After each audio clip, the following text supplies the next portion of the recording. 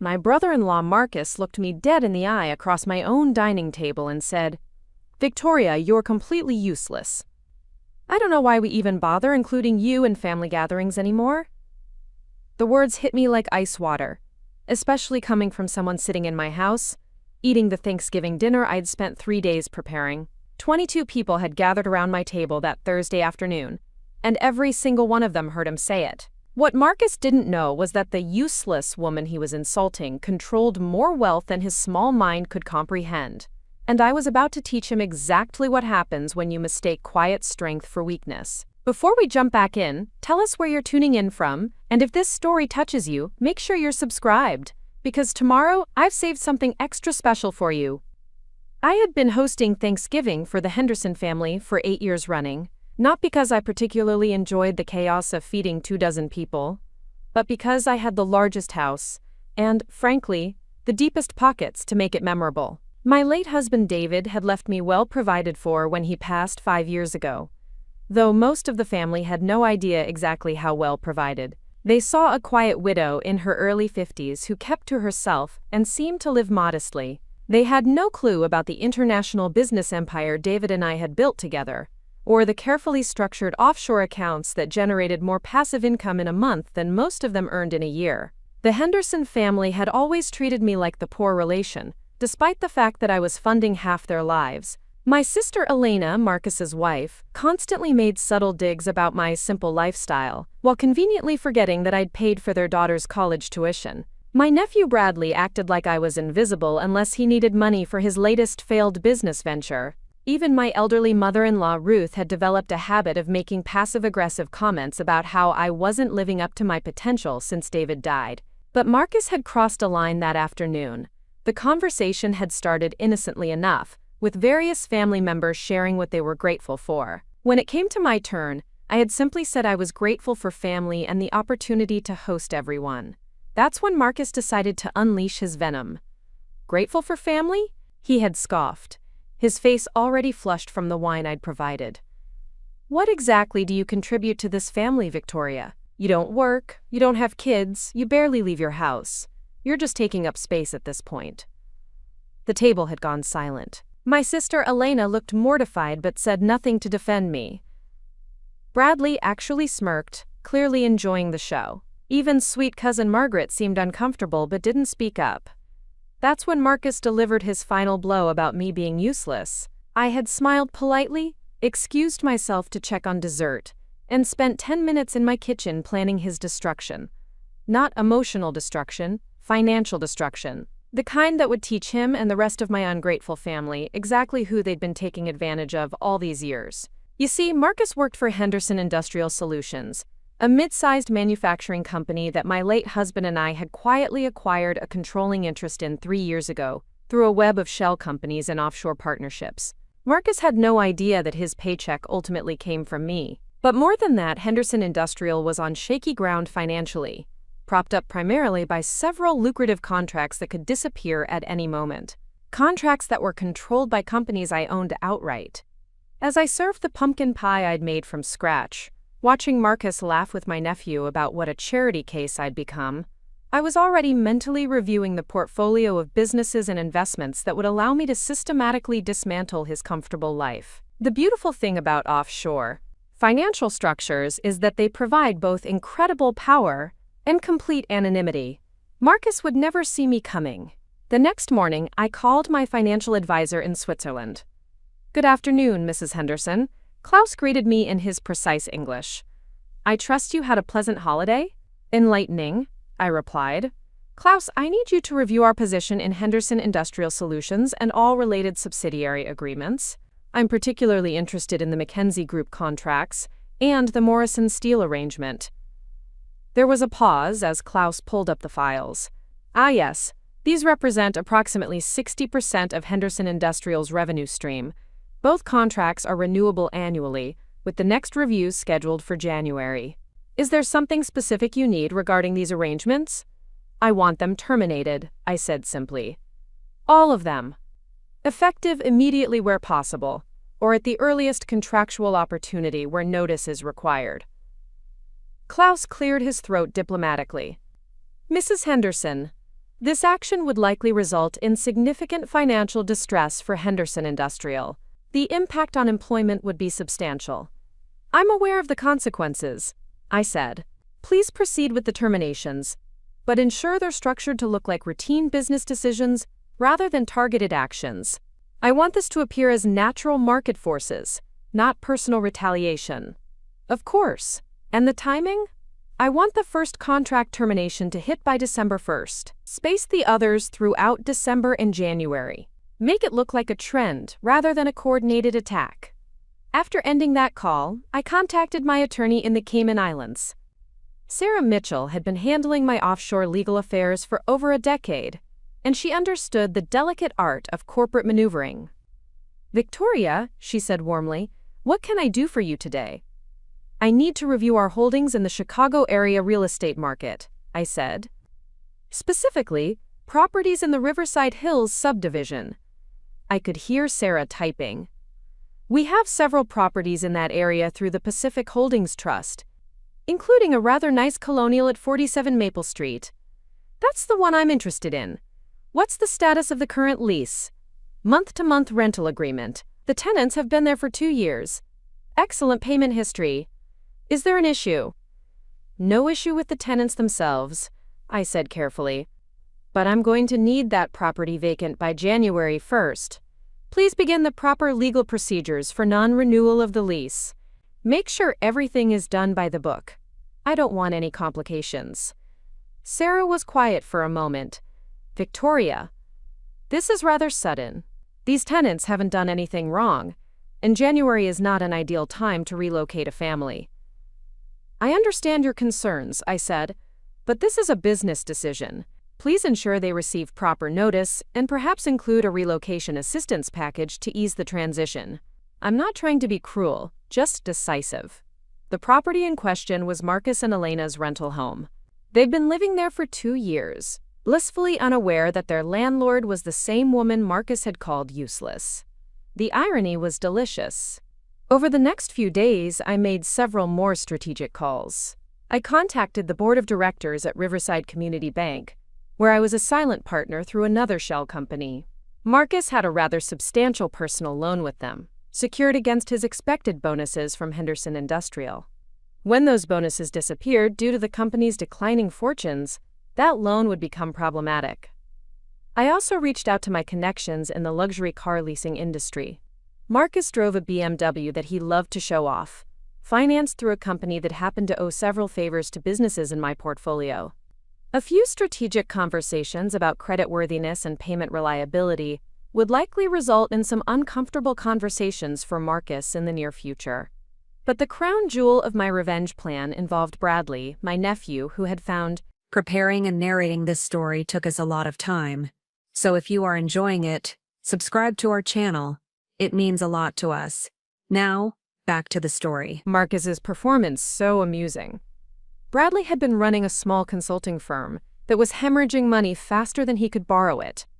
He'd been pestering me for months about investing in his company, and I'd been politely declining. What he didn't know was that his 3 biggest clients were subsidiaries of companies I controlled. Their contracts were up for renewal in February. The first domino fell exactly as planned. On December 2nd, Marcus came home looking shell-shocked. Elena called me that evening, her voice tight with worry. "Victoria, I hate to bother you, but Marcus got some terrible news at work today. They lost their biggest contract with the McKinsey Group. Apparently, McKinsey decided to go with a different supplier for cost reasons. It's going to mean layoffs at Marcus's company." I made appropriate sympathetic noises while internally celebrating. "Oh no, that's terrible news. Is Marcus's job secure?" "We're not sure," Elena admitted. "He's middle management, so he might be okay, but they're talking about cutting salaries across the board. We're really worried about making our rent next month." "I'm sure things will work out," I said gently. "These business cycles happen all the time." "I keep thinking about what Marcus said at Thanksgiving," Elena continued, her voice breaking slightly. "He was so stressed about work, and he just took it out on you. You didn't deserve that. You've always been so good to our family." This was the first acknowledgement I'd received that Marcus's behavior had been inappropriate, and it came only because Elena was scared about their finances. I wondered how different the conversation would have been if their money troubles hadn't materialized. 2 weeks later, the second domino fell. Marcus came home with an eviction notice. Through the Pacific Holdings Trust, I had formally declined to renew their lease, citing plans to renovate the property for sale. The notice was completely legal and gave them the required 30 days to vacate, but it couldn't have come at a worse time for their finances. Elena called me in tears. "Victoria, I don't know what we're going to do. We got notice that our landlord isn't renewing our lease, and with the uncertainty at Marcus's job, no one will approve us for a new rental. The references we've been getting from current landlords aren't helping either." Of course they weren't getting good references. I'd made sure that inquiries about Marcus Henderson would generate responses highlighting his recent employment instability and debt-to-income concerns. All factual, all legal, but devastating for someone trying to secure housing. "That's awful," I said. "Do you need help looking for places? I could make some calls. Would you?" Elena sounded so grateful it almost made me feel guilty. "We're getting desperate. We've looked at over 20 places, and everyone wants first month, last month, and security deposit up front. With Marcus's reduced hours, we just don't have that kind of cash available."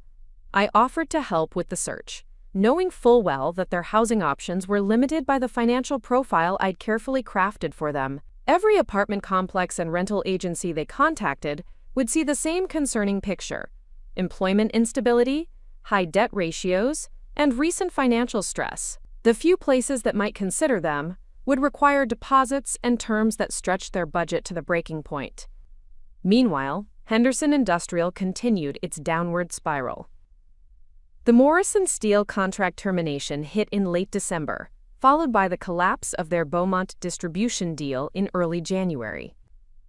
Marcus went from reduced hours to unpaid leave as the company struggled to stay solvent. His BMW was repossessed on a Tuesday afternoon while he was inside a coffee shop attending yet another job interview. The beautiful thing about systematic financial destruction is that it looks completely random to the victim. Marcus had no idea that his world was collapsing, due to the coordinated actions of the woman he'd called useless. To him, it appeared to be a series of unfortunate coincidences and bad luck. His company lost contracts due to market forces. His landlord wanted to renovate. His car loan company tightened their credit standards. His brother's consulting clients decided to go in different directions. By February, the Henderson family was in full crisis mode. Marcus had been unemployed for 3 weeks and was living in Elena's sister's basement. Bradley's consulting firm had folded after losing all its major clients within a 2-week period. Even cousin Margaret was feeling the pinch, as the property management company she worked for, another business in my portfolio, had restructured and eliminated her position. The only family member seemingly unaffected was me. In fact, I appeared to be thriving. I'd started volunteering at the local art museum, joined a book club, and had even begun traveling again. I made sure to post photos from my trip to Switzerland on social media, showing myself at charming cafes and luxury hotels. Not to be mean, but to demonstrate that while their world was falling apart, I was living my best life. The irony wasn't lost on me that Marcus had accused me of being useless and not contributing to the family, yet I was the only one whose life was stable and improving. But then again, he had no idea that I was the architect of his misfortune. Elena finally swallowed her pride and called me in March. "Victoria, I know this is asking a lot, but we're in real trouble. Marcus has been unemployed for 2 months, we're living in a basement, and we can't get approved for anywhere decent to live. I was wondering if you might consider lending us some money to get back on our feet." "How much are we talking about?" I asked, though I already knew the answer would be substantial. "Maybe 15,000? Just to cover deposits and first few months of rent somewhere, plus some basic living expenses until Marcus finds work." $15,000. Less than I typically spent on a weekend trip, but for them it represented salvation from their current nightmare. I let the silence stretch for a moment, enjoying the power dynamic that Marcus had been so eager to mock. "Elena, I wish I could help," I said finally, "but I'm not really in a position to lend that kind of money right now. My financial advisor has been very strict about keeping my spending under control since David died." It was a complete lie, of course. I could have written them a check for 10 times that amount without it affecting my monthly budget. But Marcus had made it clear that he viewed me as useless and expendable. I was simply returning the favor. I understand, Elena said, though her voice made it clear she didn't understand at all. It's just that you always seemed so generous before, and we thought maybe times change, I said gently. We all have to adjust our expectations. After I hung up, I sat in my home office surrounded by the quarterly reports from my various international holdings. The revenge had been more satisfying than I'd anticipated, but it was time to move to the final phase. Complete financial and social destruction wasn't the goal. Education was. I wanted the Henderson family to understand the consequences of taking people for granted, and to appreciate what they'd had when they had it. But I also wanted to give them a path back to stability, provided they demonstrated that they'd learned from their experience. The question was whether Marcus was capable of genuine reflection and change, or if his arrogance ran too deep for redemption. I picked up my phone and called Klaus in Switzerland. I want to create a new business entity, I told him. Something that could hire Henderson Industrial's former employees and take over their client base. But I want to structure it so that the leadership team has to demonstrate specific qualifications and character traits before being considered for positions. An interesting approach, Klaus said. What qualifications are you considering? Humility, I said. The ability to acknowledge past mistakes and demonstrate genuine appreciation for opportunities. I want to create a situation where Marcus has to humble himself completely if he wants to rebuild his career. And if he refuses, then he can enjoy the consequences of his choices indefinitely. The plan was elegant in its simplicity. I would create a new company that offered Marcus everything he'd lost: a good job, financial stability, and the chance to rebuild his reputation. But getting that opportunity would require him to publicly acknowledge his mistakes and demonstrate that he'd learned from them. He would have to specifically apologize to me for his Thanksgiving behavior and explain what he'd learned about judging people by their circumstances rather than their worth. If he was too proud to humble himself, he could remain unemployed and homeless. If he was willing to grow as a person, he could have his life back and then some. The choice would be entirely his. 3 weeks later, Elena called with excitement in her voice for the first time in months. Victoria, you'll never believe what happened. There's a new company called Meridian Solutions that's hiring people from Marcus's old industry. They specifically reached out to him about a position that would be even better than his old job. That's wonderful news, I said, though of course I already knew about Meridian Solutions, since I'd created it specifically for this purpose. What's the position? Operations Director, Elena said. It would mean a substantial raise and full benefits. But there's something strange about the interview process. They want him to write a detailed essay about a time when he misjudged someone and what he learned from the experience. And they want him to identify someone he wronged and explain how he would make amends. I had to bite my lip to keep from smiling. That does sound unusual. What does Marcus think about it? He's frustrated, Elena admitted. He thinks it's touchy-feely nonsense and that his work experience should speak for itself. But Victoria, we're desperate. I told him he needs to swallow his pride and write whatever they want to hear. That seems like sound advice, I said carefully. Sometimes humility is the price of opportunity. Could you maybe talk to him? Elena asked. You're so good with words, and you've always been wise about these things. Maybe you could help him figure out what to write. The request was delicious. Elena wanted me to help Marcus craft an apology to me, without realizing that I was the one who would ultimately judge whether his contrition was genuine. I'd be happy to help, I said. Why don't you have him call me this evening? Marcus called at 7:30, his voice stiff with reluctance. Elena says you might be able to help me with this essay thing for the job interview. I can certainly try, I said. What have you written so far? Nothing yet. I don't really understand what they're looking for. I mean, everyone makes mistakes in business. Why do they need some long emotional confession about personal stuff? Perhaps they want to understand your character, I suggested. Leadership positions require more than technical skills. They want to know how you handle adversity and whether you can learn from your mistakes. I guess, Marcus said grudgingly. But I can't think of any big mistakes I've made with people. I mean, sure, I've had personality conflicts with coworkers, but that's normal workplace stuff. I let the silence stretch, wondering if he would remember his behavior at Thanksgiving without prompting.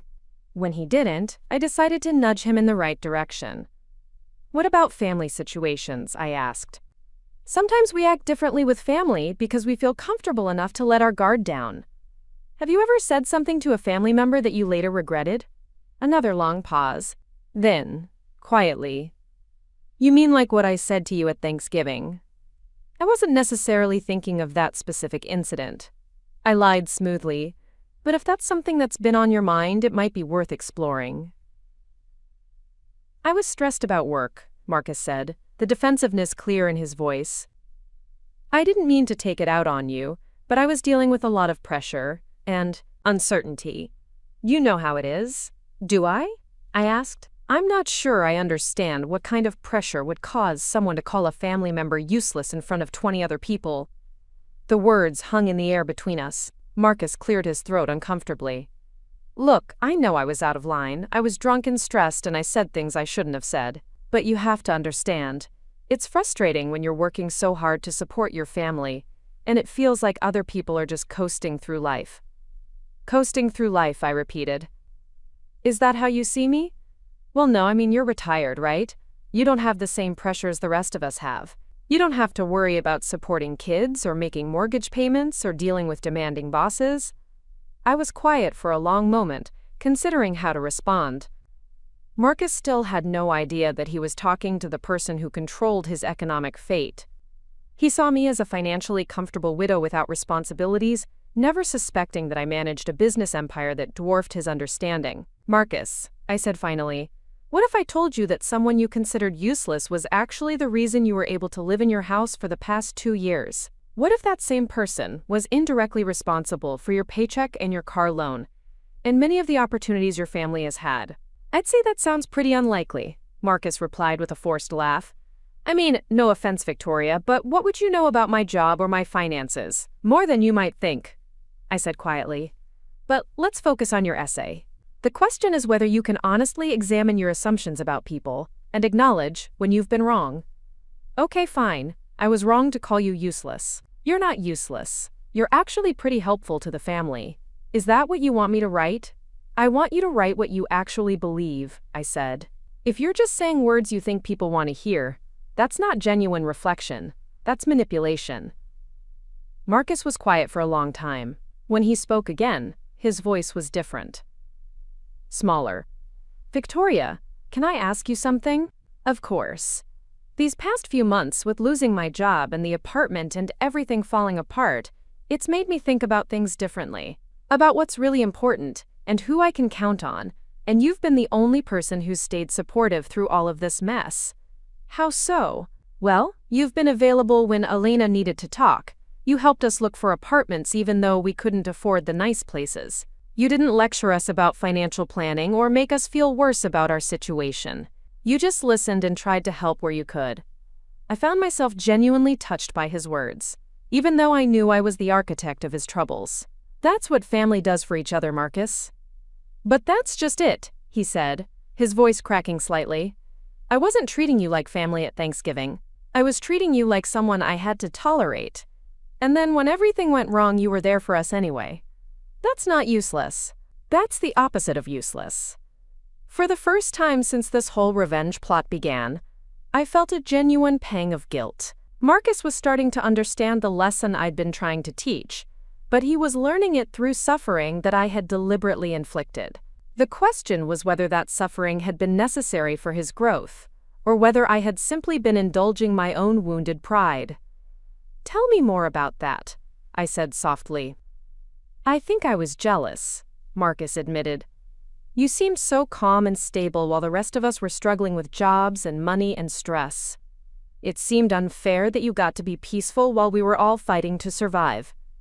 But I realize now that maybe your peace came from having your priorities straight. You cared more about relationships than about proving yourself or competing with people. The irony was overwhelming. Marcus was praising me for qualities that directly contradicted the ruthless business tactics I'd used to destroy his life.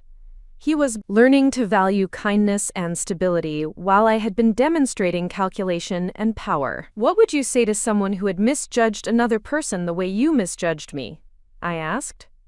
I'd say that assumptions are dangerous, Marcus replied thoughtfully. I assumed you didn't contribute much because you weren't earning money or raising kids or doing the things I thought were important. But contribution isn't just about productivity. It's about being present for people and caring about their well-being and adding value to their lives in ways that maybe aren't obvious or measurable. He paused, then continued. I'd also say that calling someone useless is never okay, no matter how stressed you are or how much you've had to drink.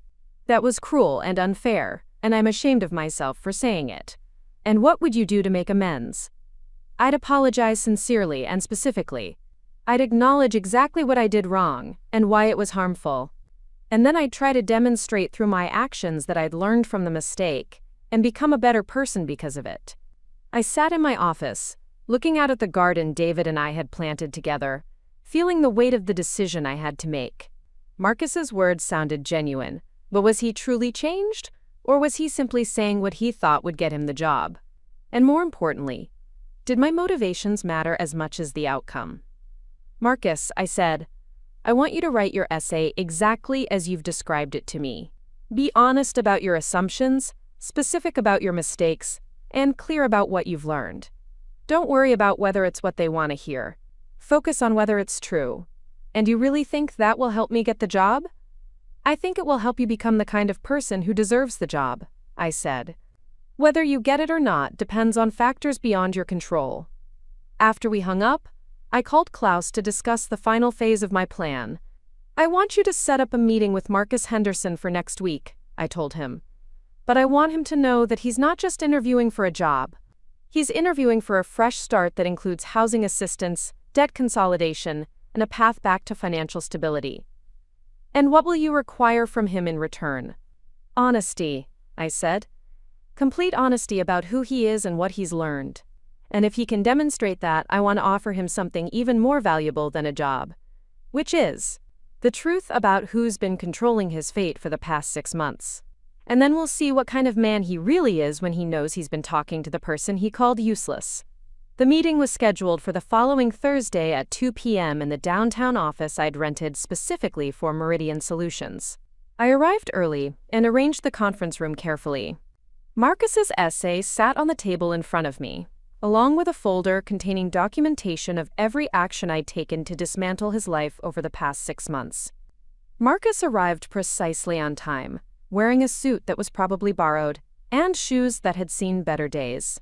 The confidence and arrogance that had characterized him at Thanksgiving were gone, replaced by the humble demeanor of someone who knew he was getting a second chance he didn't deserve. Mr. Henderson, I said, gesturing for him to sit down, thank you for coming in today. I've reviewed your essay and I'd like to discuss it with you. Thank you for considering me, Marcus replied. I know the process has been unconventional, but I appreciate the opportunity to explain my qualifications and my growth.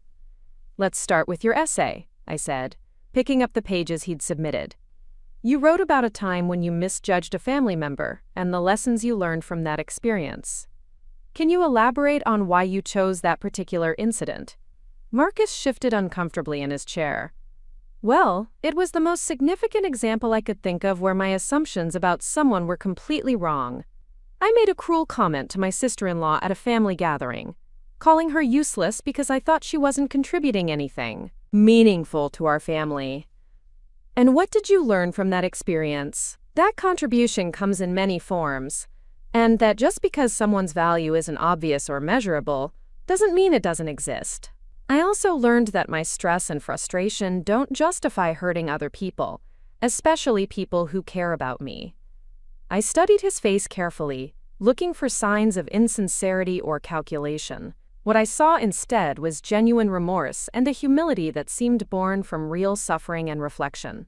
Marcus, I said quietly, what would you say if I told you that the sister-in-law you wrote about was the person sitting across from you right now? The color drained from his face. His mouth opened and closed several times before any words came out. Victoria? You're Victoria? But how are you here? What is this? This is Meridian Solutions, I said calmly. A company I created specifically to offer you the opportunity to rebuild your career and your life. But first, I needed to know whether you were capable of genuine growth, and whether your apology was sincere. Marcus stared at me in shock, his mind clearly racing to process what he was hearing. You created this company, but that means you're the one who's been offering me this job. Which means you're not just some widow living off her husband's life insurance. You're actually quite wealthy, yes, successful in business, definitely, and far from useless, as I think recent events have demonstrated. Recent events, Marcus repeated slowly. Then understanding began to dawn in his eyes. Oh my God, the contracts at my company. The apartment. The car loan.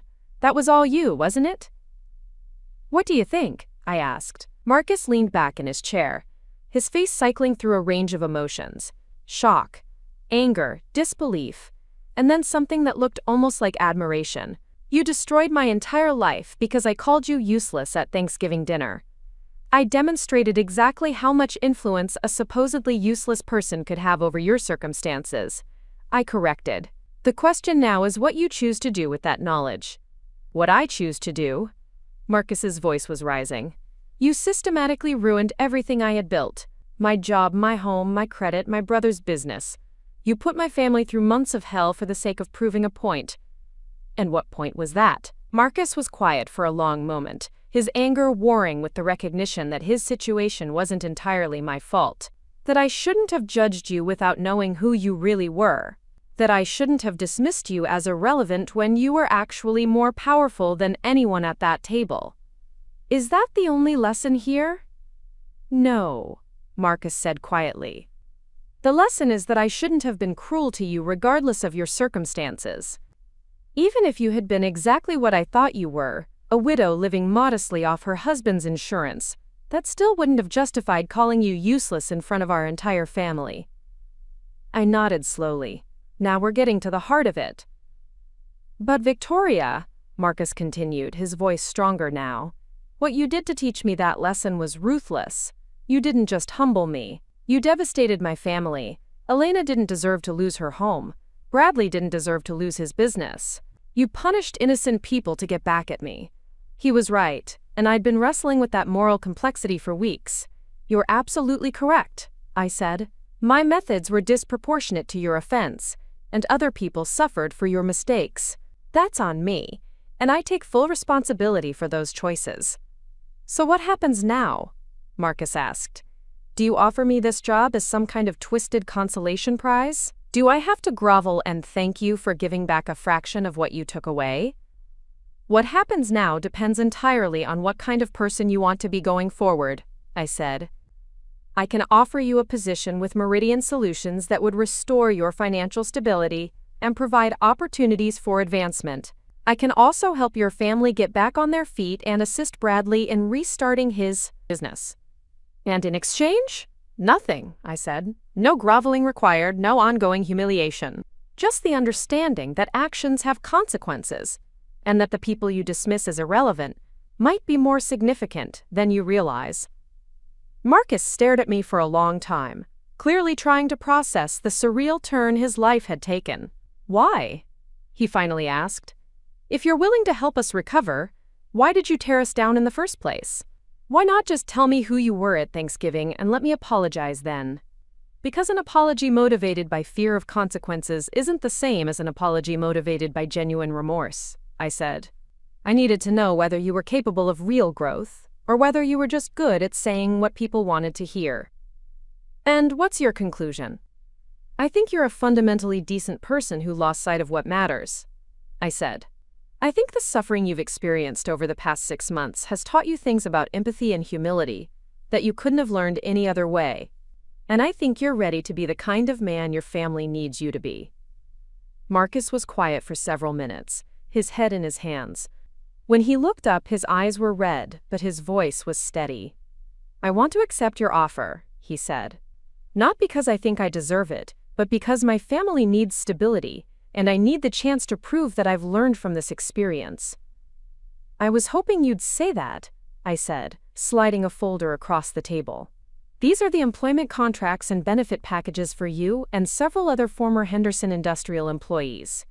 I've also included documentation for housing assistance and financial counseling services." Marcus opened the folder and scanned the contents, his eyes widening as he processed the generous terms. "This is more than generous," he said. "This is life-changing." "Everyone deserves a second chance," I said. "But Marcus, this is your second chance. There won't be a third one. If you revert to the arrogant, judgmental person you were before, you'll find yourself right back where you started, and I won't be inclined to help again." "I understand," Marcus said solemnly. "And Victoria, I want you to know that everything I said about learning from my mistakes, about understanding what's really important, that's all true. I'm not the same person who insulted you at Thanksgiving." "I believe you," I said. "And I'm looking forward to seeing who you become moving forward." As Marcus left the office that day, I reflected on the strange journey that had brought us to this point. My revenge had been comprehensive and devastating, but it had also created an opportunity for genuine growth and redemption. The question was whether the lesson would stick, or whether Marcus would gradually forget the humility he'd learned through adversity. 6 months later, I had my answer. Marcus had thrived in his new position, demonstrating the kind of leadership and empathy that suggested his transformation was genuine. More importantly, he had used his experience to become an advocate for others who were struggling, creating mentorship programs and support networks for employees facing financial difficulties. At our next family Thanksgiving, hosted once again at my home, Marcus stood up during the gratitude portion of the evening. "I want to thank Victoria," he said, his voice carrying to every corner of the room. "Not just for the opportunities she's provided, but for teaching me that a person's worth isn't measured by their productivity or their circumstances. It's measured by their character and their impact on the people around them." He looked directly at me as he continued. "I learned the hard way that the person I thought was contributing the least to our family was actually contributing the most. And I'm grateful every day for the chance to rebuild our relationship and to be a better man because of what she taught me." The room erupted in applause, but I was focused on the genuine emotion in Marcus's voice and the way Elena was wiping tears from her eyes. The revenge was complete, but more importantly, the redemption was real. The following Monday morning, I received an unexpected phone call that would complicate my carefully orchestrated plans. Dr. Rebecca Martinez from Chicago Memorial Hospital was calling about my mother-in-law Ruth, who had been admitted with chest pains during the night. "Mrs. Henderson, I'm afraid Mrs. Patterson is in serious condition," Dr. Martinez explained. "She's had a mild heart attack, and while she's stable now, she's asking specifically for you. She says there's something important she needs to discuss." I drove to the hospital with a mixture of concern and curiosity. Ruth had always been the matriarch of the Henderson family, a sharp-tongued woman who commanded respect through sheer force of personality. She was also one of the people who had sat silently while Marcus humiliated me at Thanksgiving, offering no defense or support. I found Ruth in the cardiac unit, looking smaller and more fragile than I'd ever seen her. The monitors surrounding her bed beeped rhythmically, and her usually perfectly styled silver hair was disheveled against the white pillows. "Victoria," she said, her voice weaker than usual but still carrying that familiar authoritative tone. "Thank you for coming. Close the door, please. We need to talk privately." I did as she asked, and pulled a chair closer to her bed. "How are you feeling, Ruth? The doctor said you're stable, but this must have been frightening." "Frightening enough to make me think about things I should have said years ago," Ruth replied, her sharp blue eyes studying my face intently. "Victoria, I know what you've been doing to Marcus and the family." My blood ran cold, but I kept my expression neutral. "I'm not sure what you mean." "Don't insult my intelligence," Ruth said with a weak smile.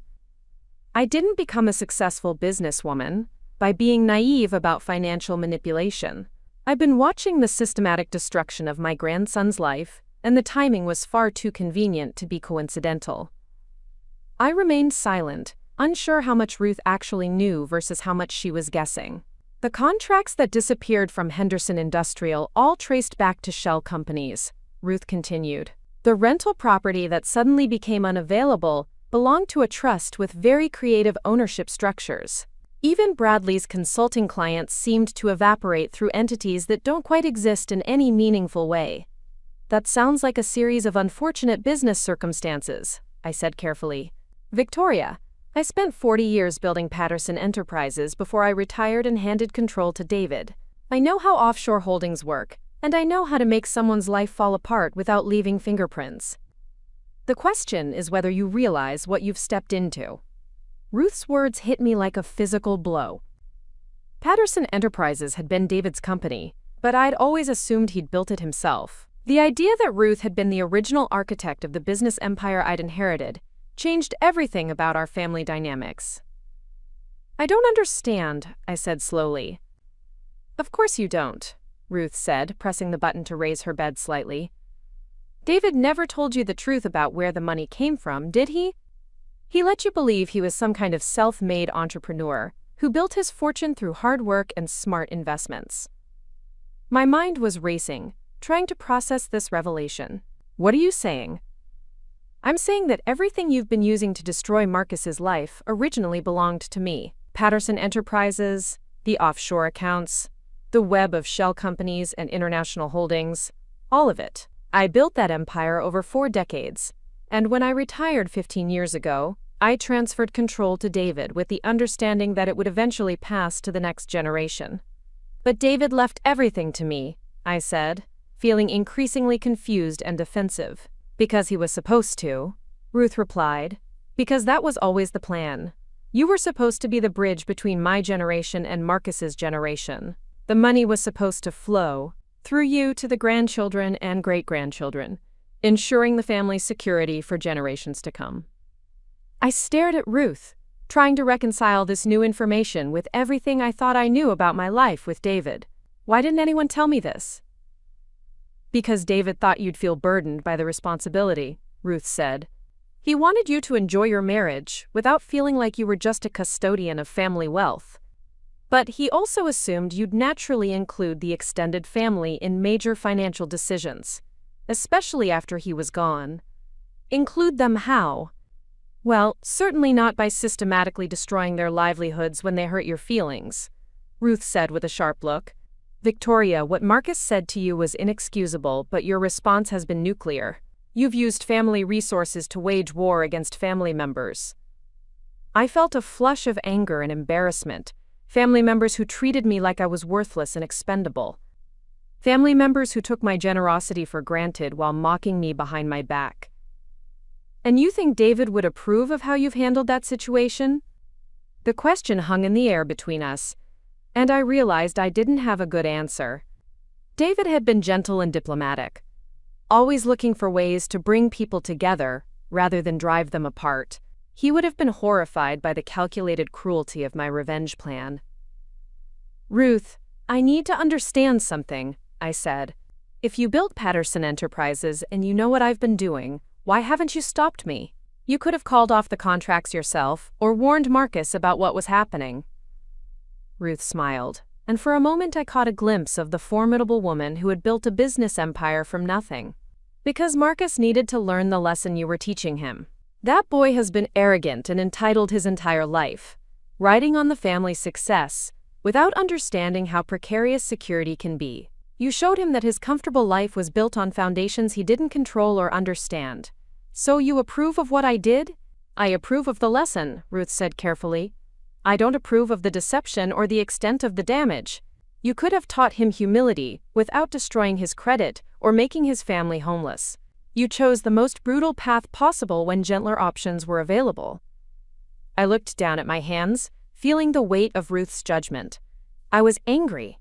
I felt betrayed and dismissed, and I wanted him to understand what it felt like to be powerless. And now he does, Ruth said. The question is what you do with that knowledge. Do you continue punishing him indefinitely, or do you help him rebuild and become the man he's capable of being? I've already offered him a position with Meridian Solutions, I said. I'm not planning to keep him down permanently. But you're planning to keep him under your thumb, Ruth observed. You're planning to be the magnanimous benefactor who graciously allows him to recover from the devastation you caused. That's not mentorship, Victoria. That's control. Ruth's words stung because they contained more truth than I wanted to acknowledge. My plan to offer Marcus employment and assistance did come with strings attached. I would always know that his stability depended on my continued goodwill, and that knowledge would fundamentally alter our relationship forever. What would you suggest instead? I asked. Transfer control of Patterson Enterprises back to the family structure it was meant to have, Ruth said without hesitation. Create a board of directors that includes Marcus, Elena, Bradley, and the other grandchildren. Let them participate in the decisions that affect their lives, instead of being passive recipients of your judgment. And if they make bad decisions? If they prove they can't handle that kind of responsibility, then they'll learn from their mistakes, just like every generation before them has had to do. Victoria, you can't protect people from the consequences of their choices by making all their choices for them. That's not leadership, it's dictatorship. I sat quietly for several minutes, processing Ruth's suggestions and their implications. Sharing control of the family's financial resources would mean giving up the power that had allowed me to orchestrate my revenge. It would also mean trusting people who had proven themselves capable of cruelty and selfishness. Ruth, there's something else I need to understand, I said finally. When Marcus called me useless at Thanksgiving, why didn't you say anything? You were sitting right there, and you let him humiliate me in front of the entire family. Ruth's expression softened, and for the first time since I'd known her, she looked genuinely remorseful. Because I was a coward, she admitted. Because I didn't want to get involved in family drama, and because I thought you were strong enough to handle Marcus's nonsense without my intervention.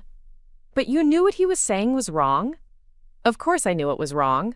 I also knew you controlled more wealth and had more business acumen than everyone else at that table combined. But I thought your confidence in yourself would be enough to weather his insults without needing public defense from me. It wasn't, I said quietly. It hurt more than I expected it to, and it made me feel invisible and unimportant. I'm sorry, Ruth said, and I could hear the sincerity in her voice. I should have spoken up immediately. I should have put Marcus in his place and made it clear that his behavior was unacceptable. My silence enabled his cruelty, and I regret that. The apology meant more to me than I'd anticipated. Ruth's failure to defend me had been almost as painful as Marcus's original insult, because it suggested that even the family matriarch saw me as expendable. Thank you for saying that, I said. It helps to know that you recognized how wrong the situation was. Victoria, I want to make you an offer, Ruth said, reaching for my hand with her frail fingers. I want to help you transition Patterson Enterprises into a true family trust, with proper governance and shared decision-making. I want to help you create something that brings the family together, instead of giving one person the power to tear it apart. Why would you trust me with that kind of transition after what I've done to Marcus? Because what you did to Marcus proves you understand the power you're wielding, Ruth replied. Someone who doesn't understand that power is dangerous in a different way. You've demonstrated that you can be ruthless when provoked, which means you'll also be taken seriously when you're trying to be collaborative. Ruth's proposal was intriguing, but it also felt like giving up the very thing that had allowed me to seek justice for Marcus's behavior. What if the family makes decisions I disagree with? What if they want to spend money on things I think are wasteful or harmful? Then you'll have to learn to live with decisions that aren't entirely under your control, Ruth said. Just like everyone else in the world has to do. Victoria, absolute power corrupts, absolutely, and you've already gotten a taste of how seductive that corruption can be. She was right, and I knew it. The past 6 months had shown me how intoxicating it could be to control other people's lives, to be the hidden force shaping their destinies. But that power had also isolated me and turned me into someone I wasn't sure I wanted to be. If I agree to this transition, I said slowly, I want some conditions. I want Marcus to complete his employment with Meridian Solutions successfully. I want him to demonstrate that he's learned from this experience before he gets a vote in family financial decisions. That seems reasonable, Ruth agreed. What else? I want a formal apology from everyone who was present at Thanksgiving and said nothing while Marcus attacked me. Not because I want to humiliate them, but because I need to know they understand that their silence was hurtful. Also reasonable? Anything else? I want the family to understand exactly what Patterson Enterprises is and how it works. No more pretending that David was the self-made millionaire who built everything. from scratch.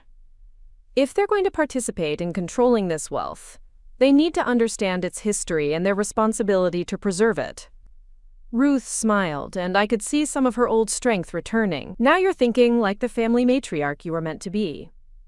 Over the next several weeks, Ruth and I worked together to design a new governance structure for Patterson Enterprises. It was complicated work, requiring legal expertise from multiple jurisdictions and careful consideration of tax implications. But it was also oddly healing. Working with Ruth gave me insight into the woman who had built the empire I'd inherited, and I gained tremendous respect for her intelligence and strategic thinking. The family meetings we held to explain the new structure were awkward at first. Marcus was still processing the revelation that I'd been behind his financial downfall, and the other family members were struggling to understand their new roles and responsibilities. But gradually, as we worked through the details together, something unexpected began to happen. We started functioning like an actual family again. Elena proved to have excellent instincts for risk management, catching potential problems in investment strategies that the rest of us had missed. Bradley, despite his previous business failures, had creative ideas for new ventures that could expand the family's portfolio. Even cousin Margaret contributed valuable insights about property management and development. Marcus took longer to find his footing in this new dynamic. He was still adjusting to his position at Meridian Solutions and processing the emotional complexity of working for the woman he'd insulted. But slowly, he began to demonstrate the leadership qualities that had made him successful before his world fell apart. The formal apology session was scheduled for a Saturday afternoon in March, exactly 6 months after the Thanksgiving incident that had started everything. I had insisted that it take place in the same dining room where Marcus had called me useless, because I wanted to reclaim that space and those memories.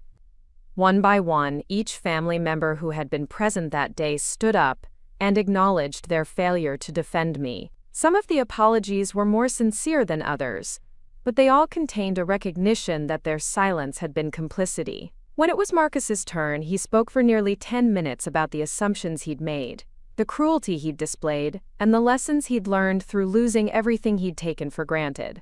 His words were thoughtful and specific, demonstrating real reflection rather than empty platitudes. "Victoria," he concluded, "I can't undo the pain I caused you, and I can't erase the months of suffering my family endured because of my arrogance. But I can promise you that I'm not the same person who spoke those words 6 months ago. I've learned to value things I used to take for granted, and I've learned to see people as they really are instead of making assumptions based on limited information." After Marcus finished speaking, the room was quiet for a long moment. Then Ruth, who had been discharged from the hospital but was still recovering, raised her glass of water and a toast. "To second chances," she said simply, "and to the family we're going to become instead of the family we used to be." Everyone raised their glasses, and I felt something shift in the room. The anger and resentment that had driven my actions for 6 months were finally beginning to fade, replaced by something that felt like hope. But the real test of our family's transformation came 2 months later, when Bradley presented a business proposal that would require a significant investment from Patterson Enterprises. His previous ventures had failed spectacularly, and several family members were hesitant to risk family money on another of his projects. The old me would have simply vetoed the proposal and moved on. The new family structure required us to debate the merits and reach a consensus through discussion rather than decree.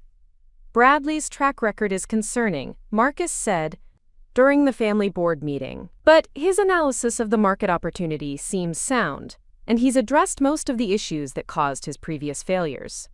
The risk-to-reward ratio is actually quite favorable," Elena added, reviewing the financial projections. "Even if the venture only achieves half of its projected returns, we'd still see a profit within 3 years. I found myself in the unusual position of being just one voice among many, and I had to make my arguments based on merit rather than authority. It was frustrating at times, but it was also oddly liberating. The burden of making all the decisions alone had been heavier than I'd realized. After 2 hours of discussion, we voted to approve Bradley's proposal with some modifications to reduce risk. It wasn't the decision I would have made unilaterally, but it was a decision we'd reached together as a family. 6 months later, Bradley's business was exceeding its projected returns, and he had become one of the most valuable contributors to our family board meetings. The experience taught me that shared decision-making, while messier and more time-consuming than autocracy, often produced better outcomes because it incorporated diverse perspectives and expertise. The transformation of our family dynamics had ripple effects beyond just our financial arrangements. Marcus and Elena's marriage grew stronger as they worked through the stress of their financial crisis together. Bradley gained confidence and business acumen through his successful venture. Even the relationships with extended family members improved, as people felt more included and valued. But perhaps the most significant change was in my own sense of identity and purpose. For the first time since David's death, I felt like I belonged somewhere and contributed something meaningful to other people's lives. Instead of being the isolated widow who controlled everyone else's fate from behind the scenes, I was an active participant in a family enterprise that benefited everyone involved. The anniversary of my revenge plot's beginning arrived on a crisp October evening. I was in my garden, preparing the flower beds for winter, when Marcus appeared at my back gate. "Mind if I join you?" he asked, holding up a pair of gardening gloves. "Elena sent me over with some bulbs she thought you might like for next spring." We worked together in comfortable silence for a while, planting tulips and daffodils that would bloom long after the memory of our conflict had faded. It struck me that this quiet collaboration was worth more than all the dramatic confrontations and power plays of the previous year. "Victoria," Marcus said eventually, "I've been thinking about something Ruth said during one of our board meetings. About how the best revenge is living well and building something better than what existed before. What made you think of that?" "Looking at what we've accomplished together over the past year," Marcus replied, gesturing toward my house where warm light spilled from the windows. "A year ago, our family was fractured and dysfunctional. People were taking each other for granted and treating each other poorly. Now we're actually working together and supporting each other's goals. You think that's better than the satisfaction of personal revenge?" Marcus considered the question carefully before answering. "I think personal revenge gives you a temporary feeling of justice, but building something constructive gives you a permanent feeling of purpose. What you did to me taught me important lessons, but what we've built together since then has taught me even more valuable ones." As we finished planting and cleaned our tools, I reflected on Marcus's words.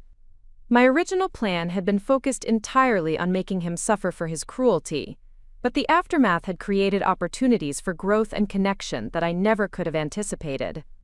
The revenge had been satisfying in the moment, but the reconciliation and collaboration that followed had been fulfilling in a deeper and more lasting way. I had learned that true power wasn't the ability to control other people's lives, but the ability to create something valuable that benefited everyone involved.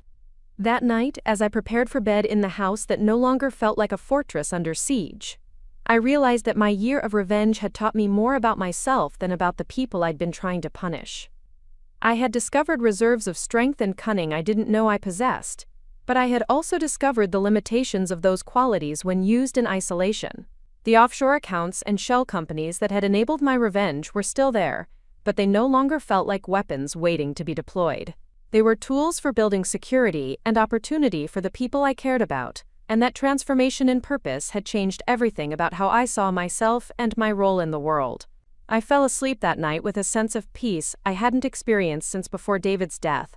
The anger and hurt that had driven me for so many months had finally been replaced by something more constructive and sustainable. I was no longer the grieving widow seeking vengeance against an ungrateful family.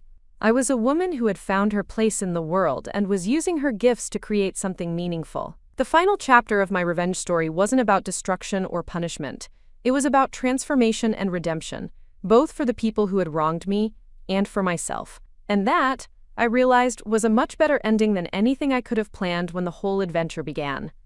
2 years after the Thanksgiving incident that changed everything, I stood in the boardroom of Patterson Enterprises, watching my family argue about the future direction of our international expansion. The debate was heated but respectful, with Marcus advocating for conservative growth while Bradley pushed for more aggressive market penetration. Elena was running numbers on her laptop, occasionally interjecting with risk assessments that kept the discussion grounded in reality. It was exactly the kind of family business meeting I had never imagined possible during those dark months when I was systematically destroying Marcus's life. The transformation had been so complete that newcomers to our board meetings would never guess the history of manipulation and revenge that had brought us to this point. The European markets are showing strong indicators for luxury goods, Bradley was saying, pulling up charts on the conference room screen. If we establish a presence now, we could capture significant market share before our competitors catch up. The political instability in 3 of our target countries makes that a risky proposition, Marcus countered. I'm not saying we should avoid expansion, but we need to be strategic about timing and placement. I listened to their exchange with a mixture of pride and amazement. These were the same people who had been financial basket cases just 2 years ago, now conducting sophisticated analysis of international business opportunities. The growth in their capabilities had exceeded even my most optimistic projections. "What's your instinct, Victoria?" Ruth asked from her position at the head of the table. At 82, she had reclaimed her role as family matriarch with enthusiasm, though she now shared decision-making authority rather than wielding it autocratically. "I think we split the difference," I said after considering both proposals. "We move forward with expansion, but we start with the 2 most stable markets and see how those perform before committing to the riskier territories." The family voted unanimously to adopt my suggestion, and I felt the familiar satisfaction of collaborative decision-making. It was different from the rush of unilateral control I had experienced during my revenge phase, but it was more sustainable and ultimately more rewarding. After the meeting ended and everyone else had left, Ruth lingered behind to discuss a matter that had been on both our minds for weeks. "Victoria, we need to talk about succession planning," she said, settling back into her chair with the deliberate movements of someone managing chronic pain. "I'm not going to be around forever, and this family needs to be prepared for the transition." "You're talking like you're dying tomorrow," I said, though I knew her concerns were valid. Ruth had been dealing with heart problems since her hospitalization, and while she was managing them well, the reality of mortality was never far from our conversations. "I'm talking like someone who's lived long enough to know that unexpected things happen," Ruth replied. "David's sudden death taught us that lesson. We can't assume we'll have time to plan for every contingency." "What are you suggesting?" "I'm suggesting that you need to start thinking of yourself as my successor," Ruth said bluntly. "You're the one with the most comprehensive understanding of our holdings. You're the one with the temperament for strategic thinking, and you're the one the family trusts to make difficult decisions." The idea of becoming the official head of Patterson Enterprises was both thrilling and terrifying. I had grown comfortable with shared leadership, but ultimate responsibility was a different kind of burden. "What about Marcus?" I asked. "He's shown tremendous growth, and he has strong leadership skills." "Marcus has grown tremendously," Ruth agreed. "But he doesn't have your experience with the international aspects of our business, and he doesn't have your instinct for reading people and situations. He's an excellent operations manager, but you're a natural strategist." "And Bradley? Elena? Both valuable contributors, but neither has the combination of skills needed for overall leadership. Victoria, you've been functioning as my de facto successor for months now. This would just formalize what's already happening." I walked to the window overlooking the Chicago skyline, considering Ruth's proposal and its implications. Accepting formal leadership of Patterson Enterprises would mean taking responsibility for the financial security of dozens of family members and hundreds of employees. It would also mean permanently stepping away from the quiet, anonymous life I had lived before David's death. "There's something I need to tell you," I said, turning back to face Ruth. "Something about the revenge I took on Marcus that I've never shared with anyone."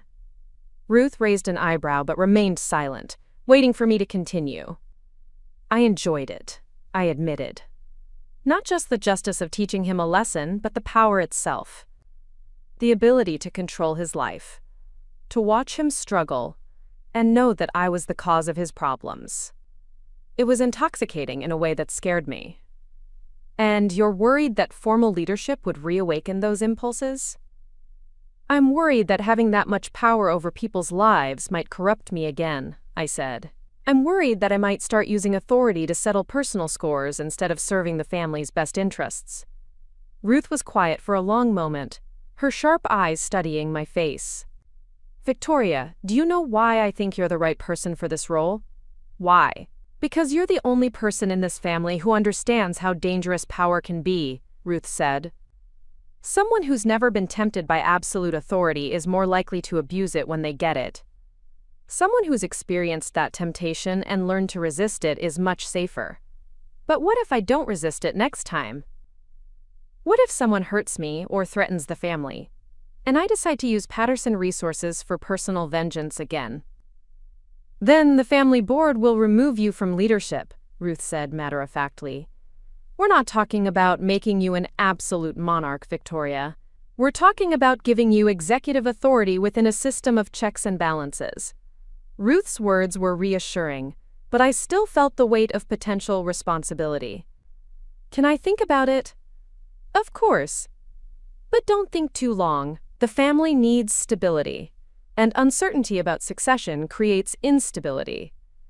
That evening, I called my old friend Sarah Mitchell in the Cayman Islands to discuss Ruth's proposal and its legal implications. Congratulations, Sarah said after I explained the situation. This is quite an honor, and frankly, it's about time. You've been doing the work of family leadership for years now. I'm not sure I'm ready for the formal responsibility, I confessed. There's something about having official authority that feels different from collaborative decision-making. Victoria, you've already proven you can handle that level of responsibility, Sarah pointed out. Look at how you managed the Marcus situation. Yes, you made some questionable choices initially, but you also recognized those mistakes and corrected course. That's exactly the kind of mature leadership a family enterprise needs. What if I make worse mistakes with more power? What if you make better decisions with more authority to implement them? Sarah countered. Victoria, you've spent the last 2 years learning to work within a collaborative framework. You're not the same person who went nuclear on Marcus for insulting you. You're someone who's learned to balance personal feelings with institutional responsibilities. After we ended the call, I spent the rest of the evening walking through my house and garden, thinking about the path that had brought me to this crossroads. 2 years ago, I had been a grieving widow who felt invisible and undervalued by her own family. The revenge I had taken was born from pain and anger, but it had also revealed capabilities I hadn't known I possessed. The question now was whether I could use those capabilities constructively rather than destructively. Whether I could be the kind of leader who built things up rather than tearing them down. The next morning, I called Marcus and asked if we could meet for lunch. I wanted to get his perspective on Ruth's succession proposal, partly because his opinion mattered to me, and partly because I needed to understand how he would react to being passed over for family leadership. We met at a quiet restaurant downtown, far enough from the Patterson offices that we could speak freely without worrying about being overheard by other family members. Ruth told me about her proposal, Marcus said after we'd ordered. I think it's exactly the right decision. You're not disappointed about not being considered for the role yourself? Marcus laughed, but it was a warm sound rather than a bitter one. Victoria, 2 years ago I thought I understood business because I could manage a mid-level manufacturing operation. Working with you and the family board has taught me how much I didn't know about strategy, international finance, and long-term planning. I'm good at what I do, but you're operating on a completely different level. I appreciate that, but I want to make sure you're being honest with me. This is a lot of authority to concentrate in one person's hands. It is, Marcus agreed. But it's also authority you've already been exercising informally. Making it official would actually create more accountability, not less, because you'd have defined responsibilities and oversight mechanisms. And you don't think I'd abuse that authority the way I did when I was destroying your life? Marcus was quiet for a moment, considering his response carefully. Victoria, what you did to me was wrong in terms of methods, but it wasn't wrong in terms of motivation. You weren't trying to hurt me for personal gain or amusement. You were trying to teach me a lesson that I desperately needed to learn. That doesn't justify the extremity of my response. No, it doesn't, Marcus said. But it does demonstrate that even when you were acting from anger and hurt, you still had limits and boundaries. You didn't try to destroy me permanently. You created a path for redemption and growth. That suggests someone who can be trusted with power because you understand its proper use. What if someone else in the family challenges my authority or tries to undermine my decisions? What if I'm tempted to use Patterson resources to retaliate against them? Then I'll remind you of this conversation, Marcus said with a smile. And I'll remind you that the person who taught me about accountability and consequences should be willing to accept those same principles for herself. His words carried weight because they came from someone who had experienced both my capacity for destruction and my capacity for mercy. If Marcus believed I could handle family leadership responsibly, that belief meant something significant. That afternoon, I met with Elena to get her perspective on the succession question. As someone who had been indirectly affected by my revenge against Marcus, her opinion was particularly important to me. I've been wondering when Ruth would finally make this official, Elena said when I explained the situation. You've been functioning as the family leader for months now. Formalizing it just makes sense. But you've seen what I'm capable of when I feel wronged, I pointed out.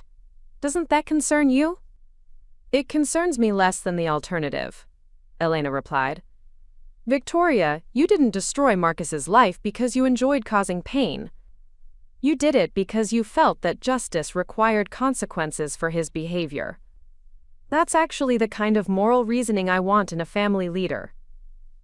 Even if my methods were extreme? Your methods were extreme because you were operating in isolation, Elena said. As official family leader, you wouldn't be operating in isolation. You'd have the board to provide perspective and the formal structure to channel your decisions through appropriate processes.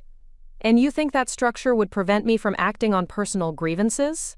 I think that structure would force you to justify your decisions to other people, which would naturally moderate any extreme impulses, Elena explained. The revenge you took on Marcus was possible because you were operating in secret. Family leadership operates in the open. Elena's analysis was persuasive, but I still had concerns about accepting such a significant role. That evening, I called Bradley to get his thoughts on the succession proposal. About time, was his immediate response. Victoria, you've been the de facto leader of this family since Ruth's heart attack. Making it official just acknowledges what everyone already knows. You don't think I might be tempted to abuse that authority? I think you're the only person in this family who's demonstrated the ability to use power effectively, Bradley said. Look at what you accomplished with Meridian Solutions. You created something that benefited everyone involved, including the people you were initially trying to punish. But that came after I had systematically destroyed Marcus's life. And that experience taught you important lessons about the responsible use of power, Bradley pointed out. Victoria, the difference between a good leader and a dangerous one isn't whether they've ever made mistakes. It's whether they learn from those mistakes and develop better judgment. What if I make different mistakes with more authority? Then you'll learn from those mistakes too, Bradley said simply, and the family will survive them, just like we survived the Marcus situation. The important thing is having leadership that's accountable and willing to grow. By the end of that week, I had spoken with every major family member about Ruth's succession proposal. The consensus was unanimous. They wanted me to accept formal leadership of Patterson Enterprises. More importantly, they trusted me to exercise that leadership responsibly. The formal transition ceremony took place on a Saturday morning in November, exactly 2 years after the Thanksgiving dinner that had started my journey toward family leadership. Ruth had insisted on making it a celebration rather than a somber transfer of authority. Today marks the beginning of a new chapter for Patterson Enterprises, Ruth said to the assembled family members and key employees. Victoria has demonstrated the vision, integrity, and strategic thinking necessary to guide our family's interests into the future. As Ruth handed me the symbolic keys to the executive offices, I felt the weight of responsibility settling on my shoulders. But it was a different kind of weight than I had expected. Instead of feeling burdened, I felt energized by the possibilities ahead. My first major decision as official family leader came just 2 weeks later, when we received an acquisition offer from a multinational corporation that wanted to purchase Patterson Enterprises outright. The offer was substantial enough to make every family member independently wealthy, but it would also mean the end of our family business legacy. This is exactly the kind of decision that defines a leadership tenure, Ruth said when I called to discuss the offer. How you handle this will set the tone for everything that follows. I spent 3 days analyzing the proposal with our financial advisors and legal team. The numbers were attractive, but something about the acquiring company's business practices bothered me. They had a history of purchasing family businesses, extracting maximum short-term value, and then dissolving the original company culture. When I presented my recommendation to the family board, I could see the tension in the room. Several members were clearly attracted to the financial benefits of accepting the offer. "The monetary terms are excellent," I began, "but I believe accepting this offer would be a mistake for our family's long-term interests." "Can you explain your reasoning?" Marcus asked, though I could see in his expression that he agreed with my assessment. "Patterson Enterprises represents more than just financial assets," I said. "It represents 4 decades of work by Ruth, continued by David, and now by all of us. Selling to this particular buyer would destroy that legacy in exchange for short-term gain." "But the money would secure everyone's future," Cousin Margaret pointed out. "Isn't financial security more important than sentimental attachment to a business?" "Financial security is important," I agreed. "But this business provides ongoing financial security for multiple generations. Selling it provides financial security for one generation at the expense of all future generations." The debate continued for nearly 2 hours, with family members weighing the certainty of immediate wealth against the potential for long-term prosperity. In the end, the vote was close but decisive. We would decline the acquisition offer and continue building the family business. As I watched the family members file out of the boardroom after the meeting, I realized that this decision had been a test of my leadership philosophy. I could have recommended accepting the offer and securing immediate financial benefits for everyone. Instead, I had advocated for the harder path that required continued work and commitment. The fact that the family had trusted my judgment and voted to support my recommendation felt like validation of Ruth's confidence in my leadership abilities. Over the following months, my leadership style evolved as I gained experience with the formal authority of my position. I learned to delegate more effectively, trusting other family members to handle responsibilities they were capable of managing. I also learned to seek input more systematically, creating regular forums for family members to contribute ideas and feedback. But perhaps most importantly, I learned to separate personal feelings from business decisions in a way I hadn't been able to do during the Marcus incident. When conflicts arose between family members, I focused on finding solutions that served the family's collective interests, rather than taking sides based on personal relationships. The first major test of this new approach came when Bradley's successful business venture began competing with one of our existing subsidiaries. The competition was creating internal tension and raising questions about conflicts of interest within the family structure. "We need to address this situation before it damages family relationships," Elena said during a private meeting in my office. "Bradley's success is wonderful, but it's creating problems for the industrial division." "What kind of problems specifically?" "Loss of market share, pressure on profit margins, and resentment among the employees who feel like they're being undermined by family favoritism," Elena explained. "The industrial division managers are starting to question whether they can succeed when they're competing against family-funded ventures." The situation was exactly the kind of personal versus business conflict that could have triggered my old destructive impulses. 2 years ago, I might have seen Bradley's success as disloyalty to the family enterprise and taken steps to undermine his venture. Instead, I scheduled a family board meeting to address the conflict openly and collaboratively. "We have a structural problem that requires a structural solution," I told the assembled family members. "Bradley's business success is creating complications for our existing operations, and we need to resolve this in a way that's fair to everyone involved." "What kind of resolution are you considering?" Bradley asked, clearly concerned about the implications for his business. "I'm considering several options," I replied. "We could purchase your business and integrate it into our existing operations. We could establish clear market boundaries to minimize direct competition, or we could help you expand into different markets that don't overlap with our current interests." "What's your preference?" Ruth asked. "My preference is the solution that best serves the family's long-term interests while respecting everyone's contributions and investments," I said. "I don't think personal relationships should override business logic, but I also don't think business logic should override family loyalty." After extensive discussion and analysis, we decided to purchase Bradley's business at fair market value and integrate it into our operations as a new division. Bradley would continue running the business as a division head, with expanded authority and resources. The solution satisfied everyone involved and demonstrated that family conflicts could be resolved through systematic analysis rather than emotional manipulation. More importantly, it showed that I had learned to use my leadership authority to bring people together rather than drive them apart. As my first year as official family leader drew to a close, I reflected on how much had changed since the Thanksgiving dinner that had triggered my journey toward revenge and eventual redemption.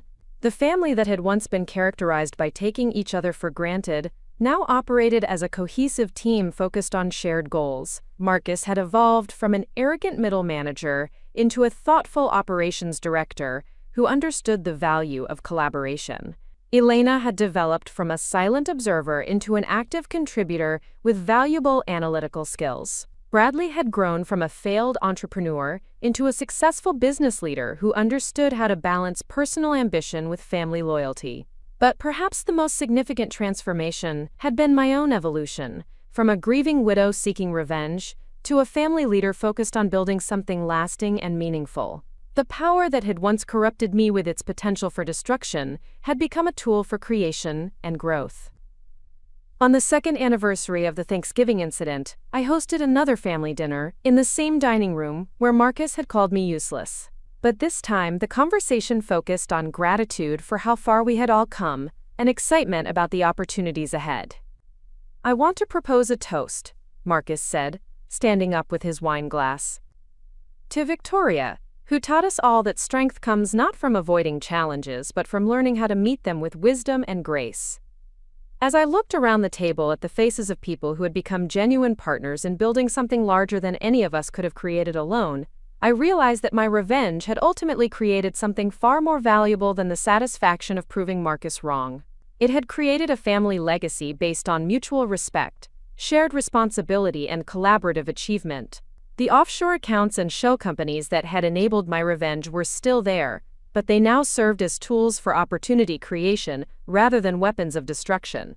The power that had once isolated me now connected me to a network of relationships based on trust and shared purpose. I had learned that true strength wasn't the ability to control other people's lives, but the ability to inspire them to achieve things they hadn't thought possible. The woman who had been called useless had become the architect of her family's future, not through destruction and dominance, but through leadership and vision. As the evening wound down and family members began to leave, Ruth lingered behind to speak with me privately. "David would be proud of what you've accomplished," she said, her eyes bright with unshed tears. "Not just the business success, but the way you've brought this family together and given everyone a chance to contribute their best." "I hope so," I replied. "I hope he would understand that the revenge was necessary to teach the lessons, but that the reconciliation was what mattered most in the end." "He would understand," Ruth assured me, "and he would appreciate that you learned to use power for creation rather than destruction." That night, as I prepared for bed in the house that had once felt like a fortress under siege, I realized that my story of revenge had become a story of redemption, not just for Marcus and the family members who had learned to value what they had taken for granted, but for myself as well. I had discovered that the most satisfying revenge wasn't destroying someone who had wronged me, but transforming both of us into better versions of ourselves. The woman Marcus had called useless had indeed been useless, but only because she hadn't yet found her purpose.